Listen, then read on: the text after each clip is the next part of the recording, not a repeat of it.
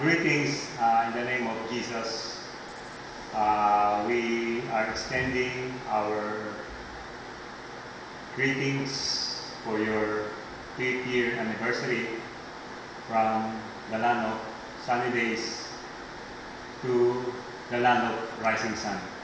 So we are thankful to the Lord that you are having your 5th anniversary by His grace, and we know that the Bible is giving us the admonition that we are living on the last days, that we are in the dangerous times, that men are becoming more and more lovers of self, lovers of pleasure.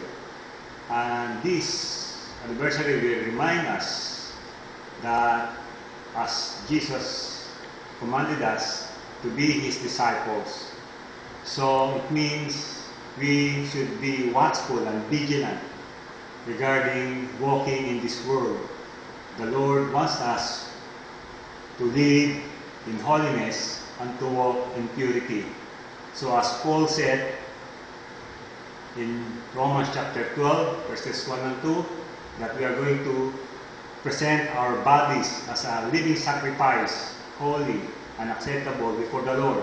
And let us renew our mind. Let us be transformed by renewing of our mind, na malaman po at makita po natin ang patuloy na mga bagay na katanggap-tanggap sa Panginoon at ang mga bagay na Kanyang kalooban. Kaya sa pagkakataong ito, we are thankful for you that you have reached your 5th anniversary. God bless you all. Amen.